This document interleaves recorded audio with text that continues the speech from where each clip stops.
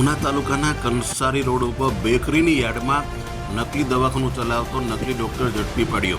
પ્રાપ્ત માહિતી અનુસાર ઉનાના કંસારી રોડ ઉપર બેકરીની યાર્ડમાં દવાખાનું ચાલતું, જેની બાતમી આરોગ્ય વિભાગના ગીર સોમનાથ એસઓજીને મળી હતી। બાતમી મળતા ગીર સોમનાથ એસઓજી અને આરોગ્ય વિભાગ ત્યાં પહોંચી અને તત્કાળ સ્થળ પર તપાસ કરતા આ નકલી મુનામાં MBBS અને નકલી ડૉક્ટર તેમજ દવાઓ સહિત મુદ્દામાલ કબજે કરી અને આરોગ્ય વિભાગના એસઓજીએ આ નકલી ડૉક્ટરને ઝડપી પાડી અને તેના પર કાયદેસરની કાર્યવાહી કરી છે।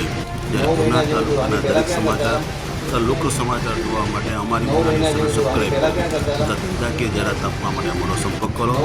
ધન્યવાદ।